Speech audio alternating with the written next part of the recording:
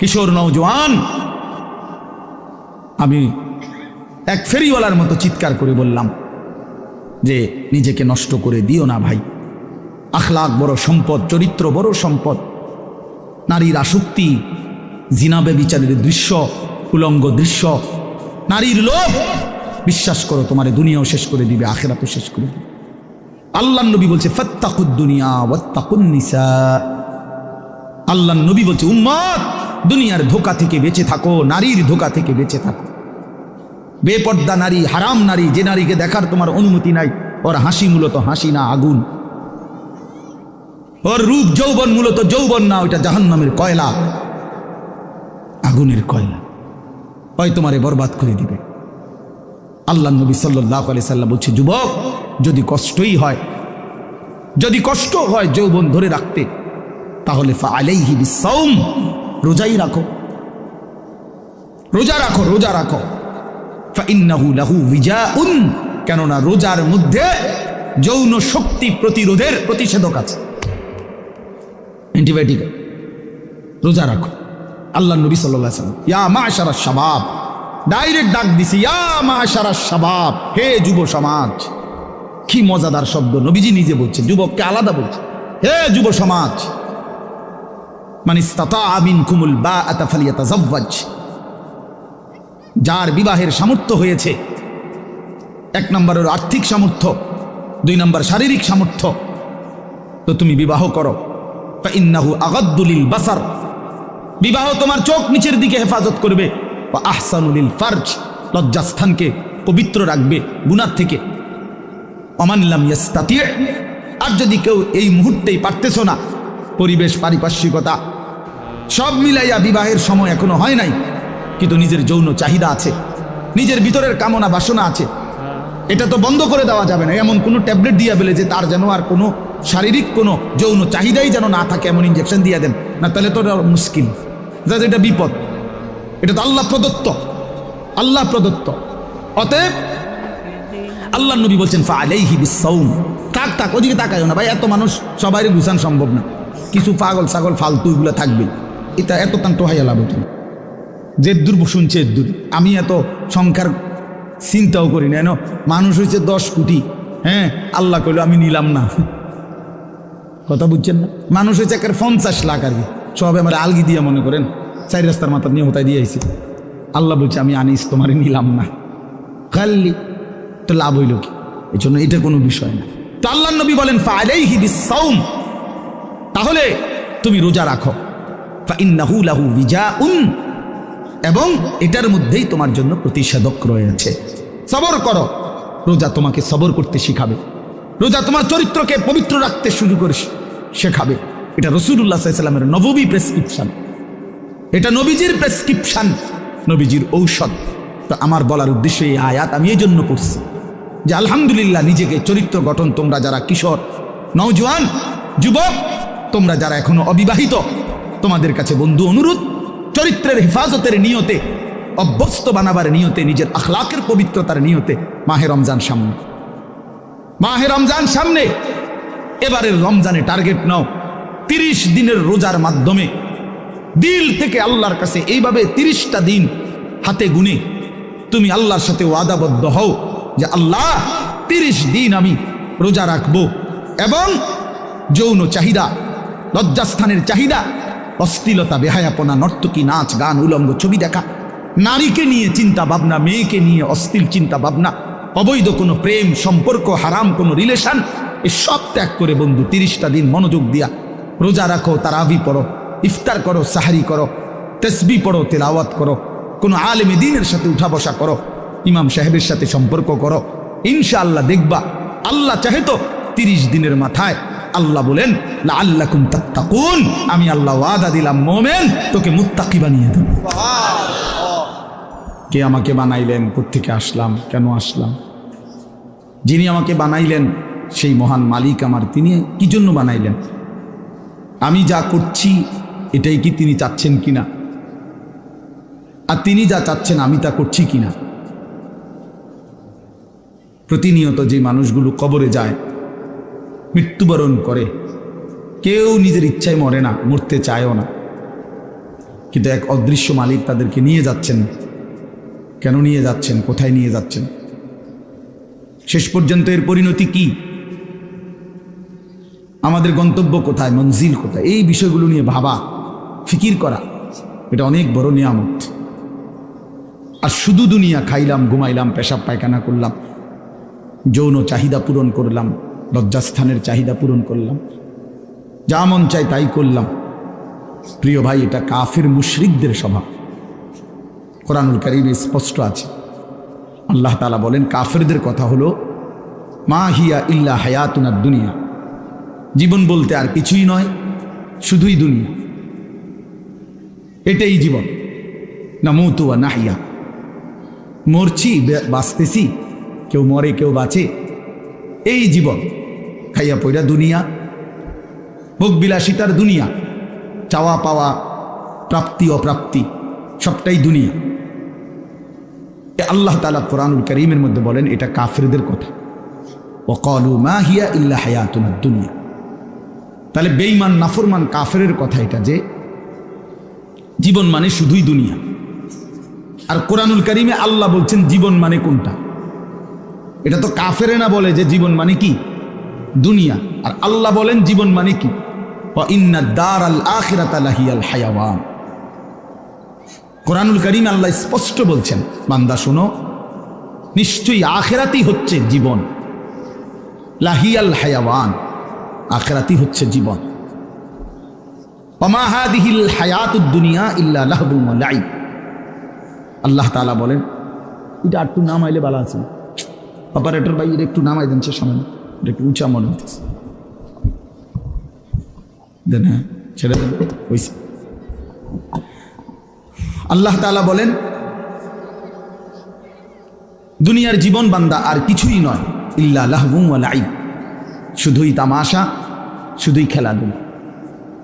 তাহলে আল্লাহ বলছে দুনিয়া খেলাধুলা, দুনিয়া তামাশা। তাহলে জীবন কোথায়? আখিরাত। জীবন কোথায় বলে? আখিরাত। আর বেঈমানের কথা হলো জীবন কি? খালাস। অতএব ইমানদার এবং বেঈমানের মধ্যে নিজেকে বুঝে নেওয়া উচিত, নিজের পরিচয় নিজেই তালাশ করে নেওয়া উচিত। আসলে আমি ইমানদারদের অন্তর্ভুক্ত না বেঈমানের অন্তর্ভুক্ত। আমার মানসিকতা দেখলে, চলাফেরা দেখলে বুঝাই যায় কে ইমানের পথে আছে আর কে কুফুরির রাস্তায় আছে, এটা আন্দাজ করা যায়, এটা বুঝাই যায়। যার যখন যা মন চায় তাই করা, আমার যা মন চায়, চুল, জামা, শার্ট, প্যান্ট, হাঁটা চলা, কথাবার্তা, রুচি, আচার আচরণ, খাবার দাবার, লেনদেন, আয় রোজগারে কোনো হালাল হারামের পার্থক্য নেই। নিজের মারেও দেখে, পরের বোনকেও দেখে, আপন বোনের দিকেও তাকায়, রাস্তার নারীর দিকেও তাকায়। তার মানে হালাল হারাম বলতে কিছু নেই। ন্যায্য বেচ্চা টাকাও নেয়, সুদের টাকাও নেয়, যা মন চায় তাই। অর্থাৎ হালাল হারাম, জায়েজ না জায়েজের, আল্লাহ রসুলের বিধিবিধানের কোনো পরোয়া যে করে না, মনের ইচ্ছা মতো যে চলে, এর উদাহরণ আল্লাহ কোরআনে দিছে। ফাতবাহু শাইতান, দুইটা আয়াতে, ওই দেখেন, মানে কিছু বেয়াদব থাকবেই। এই যে একজন, মানে কিছু ছেলে থাকবেই বেয়াদব, শেষ পর্যন্ত গাদ্দার, যে হুজুর আপনি নিষেধ করলে কিছু আমি শুনবো না, আমি কোনো সময় কারো কথা শুনি না, আজকে হঠাৎ আপনার কথা শুই না, আমি এই বেয়াদবি করবো কেন? এখন কেমন লাগলো তুমি যে লজ্জা পাইলা? বলো বাবা, আমি কি সুন্দর করে বলছিলাম কিনা বলেন? প্রথম আমি অনেকেই নামায় ফেলছে, নামাইছে না? তো তুমি শুনলা না কেন? এখন তো সবাই দেখলো তোমার। এই জন্য এইটা একটা মানসিকতা, যে আমার মনে যা চাই তাই। এবার এখানে কারো বিধিনিষেধ মানবো, আমি এমন মানুষ না। তো আল্লাহ তাআলা বলেন সূরা আরাফের মধ্যে আছে, ফাতবাহু শাইতান, শয়তান যার পিছে লাগছে। ওয়ালাকিন্নাহু আখলাদা ইলাল আরদ, পরের আয়াতে আছে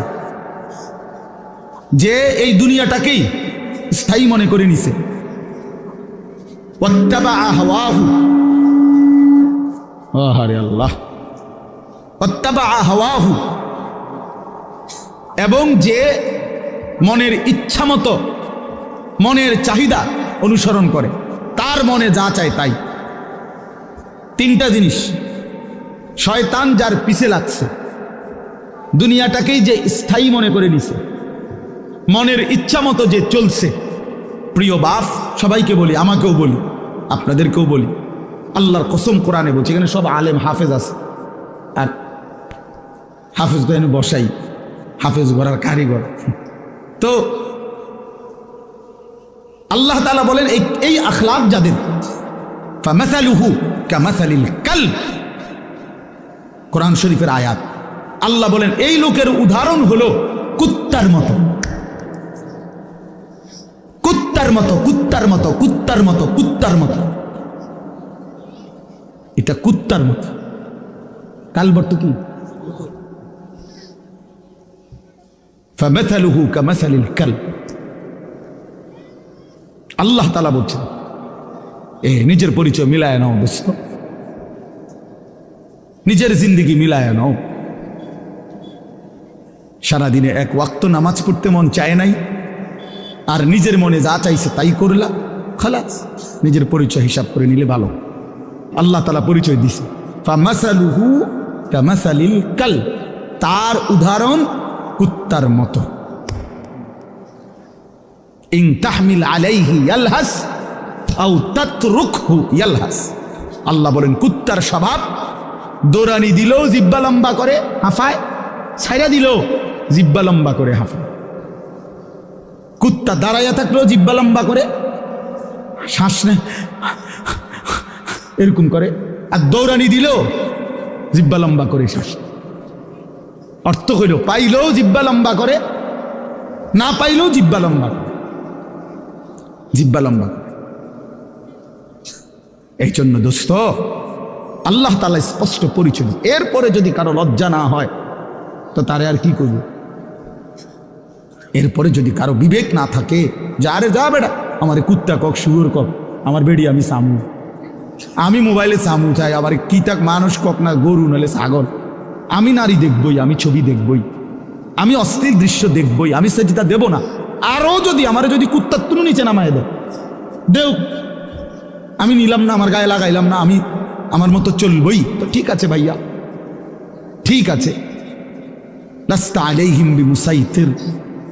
আল্লাহ বলছে, নবী আপনি কারো উপরে বল প্রয়োগকারী না, যে তারে যাইত্যা দইরা নলে তোর কল্লা হালাই দেবো তুই যদি নামাজ না ফরস, এমন এমন জিম্মাদার আপনি না। কথা বুঝেন নাই? সর্বোচ্চ বলা, সর্বোচ্চ পৌঁছিয়ে দেওয়া। ইন উরিদু ইল্লাল ইসলাহা মাস্তাতাতু। আল্লাহ বলছে, নবীরা বলতেন, হে আমার জাতি, তোমাদের সংশোধন চাই, আমার সাধ্যে যেটুকু আছে এটুকু দিই। মাস্তাতাতু অর্থ হলো আমার সাধ্য মতো, আমি যেদূর পারছি এদূর, আমি যেদূর বলার সুযোগ পাইছি এদূর, যেদূর চেষ্টা করছি বুঝাইতে এদূর, এরপরে আর কিছু করার নাই। তুমি যদি নিজেই নিজেকে বরবাদ করে দাও, ঠিক আছে, ঠিক আছে ভাইয়া, চলো, অসুবিধা কি? কারো দিনই থামে না, কারো রাতই আটকায় না, কেউ কারোর জন্য দুনিয়ায় থামে না। আমার মৃত্যু তোমার লেগে আটকাইবে না, তোমার মৃত্যু আমার জন্য আটকাবে না, কারো জন্য আটকাবে না। প্রত্যেকেই একদিন আপন গন্তব্যে, আপন কবরে ফিরেই যাবে। আর কেউ না মরলেও আমি মরে যাব, আমি না মরলেও তুমি মরে যাবে, মানে কেউ কারোর জন্য আটকাবে না। এই জন্য দোস্ত, এটা কোরআন থেকে বললাম। আল্লাহ তাআলা বলেন, আরাআইতা মান ইত্তাখাযা ইলাহাহু হাওয়াহু আফা আনতা তাকুনু আলাইহি ওয়াকিলা আম তাহসাবু আন্না আকসারাহুম ইয়াসমাউনা আও ইয়াকিলুন ইনহুম ইল্লা কাল আনআমি বাল হুম আযাল্লু সাবিলা। অর্থ হইল, সংক্ষেপে বলতেছি, একই কথা। আল্লাহ বলছে, মনের ইচ্ছাকে যে নিজের খোদা বানিয়ে ফেলছে, আল্লাহ বলে তার পরিচয় আর কিছুই নয়, শুধুই জানোয়ার। ইনহুম ইল্লা কাল আনআম, সে আর কিছুই নয়, শুধুই জানোয়ার। আনআম মানে কি? চতুষ্পদ জন্তু, এটা না? বাল হুম আযাল্লু সাবিলা। আল্লাহ বলেন, বরং সে জানোয়ারের চাইতেও বেশি পথ হারা, গুমরা। কেন? এক কুকুরও বুঝে এই লাঠিটা যে উঠাইছে ওটা দিয়ে আমারে মারবে, তাই জন্য কুকুর ভাগ্যে যায়। তাহলে কুকুরেরও এর আকল আছে যে আমারে এই লাঠির থেকে বাঁচা উচিত, কিন্তু এই জানোয়ারে এই চতুষ্পদ জন্তু বুঝে না যে এই গুনাহ আমারে জাহান্নামের আগুনে জ্বালায় ফেলবে, এটাও যে বুঝে না, এতটুকু আকলও যার কাজ করে না, এজন্য আল্লাহ বলছে বরং সে জানোয়ারের চাইতেও বেশি পথ হারা। বাল হুম আদাল্লু সাবিলা। জানোয়ারে যেদূর রাস্তা চিনে, আল্লাহ বলছে এদূরও চেনে, এতটুকু চেনে, তার চাইতে বেশি পথ হারা, তার চাইতে বেশি পথ হারা। হাইওয়ান জানোয়ার তো এটা বুঝে যে আমার উপরে শরীয়তের কোনো বিধানে নাই, তো আমার আর হালাল হারাম কি? কথা বোঝেন না? গরু ছাগলের কোনো হালাল হারাম কিছু আছে? পাক নাফাক কিছু আছে? জায়েজ না জায়েজ কোনো কিছু আছে? আখেরাত পরকাল বিচার আচার মিজান ফলসেরাত এটা কিছু আছে? কিচ্ছু নেই, কিচ্ছু নেই। তাইলে কুকুর খারাইয়া মুতলেই কি, বইয়া মুতলেই কি? কিন্তু মানুষ নামের এই কুকুর খারাইয়া মতে কেন? মানুষ নামের এই কুকুর খারাইয়া মুতে কেন? অর্থ অসুবিধা নাই, প্রকৃত কুকুর তো খারাইয়া মুতলে ঠ্যাঙালগি দিলে তার জন্য তো এটা গুনাহ না, কারণ তার তো গুনার কোনো সিস্টেমে নাই। কিন্তু মানুষ নামের এই কুকুর যে খারাইয়া মতে, তার তো গুনাহ হয়। তাহলে বোঝা গেল সে তো ওই চতুষ্পদ জন্তুর থেকেও বেশি পথ হারা। প্রিয় বন্ধু, নিজের উপরে দয়া করো, নিজের উপরে রহম করো। প্রিয় সাথী নওজোয়ান, নিজের ভালো বুঝো। এই জন্য বললাম আত্মপরিচয়, আত্ম উপলব্ধি অনেক বড় নিয়ামত। নিজেকে বুঝা, নিজেকে চেনা, আত্মসম্মান। মানুষের আত্মসম্মান বড় সম্পদ। অনেক মানুষ আছে পৃথিবীতে আত্মমর্যাদার কারণে প্রয়োজনে না খাইয়া মরে যায়, কিন্তু মাথা নোয়ায় না কারো কাছে। প্রয়োজনে সে মরে যাবে, কিন্তু হাত পাতবে না কারো কাছে। সাহারায় ওরা ধুকে মরে, তবু পড়ে না সেকল পদ্ধতির। এটা আমরা কবি নজরুলের কবিতায় পড়ছিলাম যে কেন আল্লাহ তাআলা নবী সাল্লাল্লাহু আলাইহি সাল্লামের জন্য মক্কার কুরাইশদেরকে অধিকাংশ সাহাবী হিসাবে নির্বাচন করলেন কেন? পৃথিবীতে একমাত্র জাতি ছিল মক্কার কুরাইশরা, যারা প্রয়োজনে সাহারা মরুভূমিতে মরে যাবে দুকে দুকে, কিন্তু কারো গোলামি, কারো সামনে ঘাড় নোয়ানো, কারো পরাধীনতা স্বীকার করা, এইটা তাদের স্বভাবে ছিল না। এই জন্য আরব উপদ্বীপে এই মক্কার জনগোষ্ঠীর উপরে তৎকালীন যুগে দুইটা সুপার পাওয়ার ছিল। একটা ছিল রোম সাম্রাজ্য, একটা ছিল পারস্য সাম্রাজ্য। ওই দুই সাম্রাজ্যের কেহই কোনোদিন একদিনের জন্য আরব এই উপদ্বীপে মক্কাবাসীর উপরে ক্ষমতা প্রভুত্ব তাদের আয়ত্তায় আনতে পারে না। এটা ঐতিহাসিক কথা। মানে তাগরে ঘাড় নয় তারে না, পারে নাই তাগর লগে কি, হ্যাঁ অদম্য ছিল, কারোর সামনে মাথা নয়, আমার স্বাধীন। শুধু বকরির দুধ খাইতো, শুধু যাযাবরের জিন্দিগি, কিন্তু মানে সর্বদিকে কম, কিন্তু এর পরেও আত্মসম্মান সাংঘাতিক। এই জন্য আল্লাহ তাআলা বলছেন যে কেন নির্বাচন করলাম, এক অদম্য জাতি আমি বন্ধুর পাশে দিলাম। এমন সাহাবী বেশি দিন আর লাগছে না, 16 থেকে 20 বছরের ব্যবধানে পরবর্তী গোটা পৃথিবীতে কালেমার পতাকা উড়াইয়া দিছে। সারা পৃথিবী, আফ্রিকা পর্যন্ত সারা পৃথিবীতে পতাকা উড়াই দিছে। জেন দিয়ে গেছে এনদের সাফ, কারণ ওই যে চেতনাটা সাংঘাতিক ছিল, আত্মসম্মান সাংঘাতিক, আত্মমর্যাদা। আটলান্টিক মহাসাগরের পারে দাঁড়িয়ে নবীর সাহাবী উকবা ইবনে নাফে বলছে যে হে এলাকাবাসী, তোমরা বলো এই সাগরের ওই পারে আর মানুষ আছেন? তখন জনবাসী, এলাকাবাসী বলছে ওই সাগর তো অথই সাগর, আমাদের পূর্বপুরুষ থেকে কারো জানা মতে এই সাগরের ওই পারে মাটিও নাই, মানুষ তো পরের খবর, এ তো অথই সাগর, এর কোনো কুল কিনারা নাই।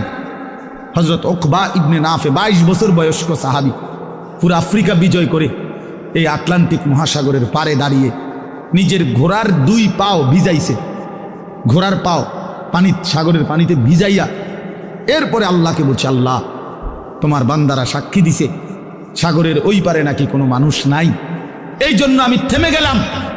যদি খোদার কসম মাওলা একজন লোক বলতো ওই পারে একজন মানুষ আছে, আমি আল্লাহর কসম রব এই ঘোড়া নামায় দিতাম, ওই লোকটার কাছেও কালেমার দাওয়াত পৌঁছাইতাম।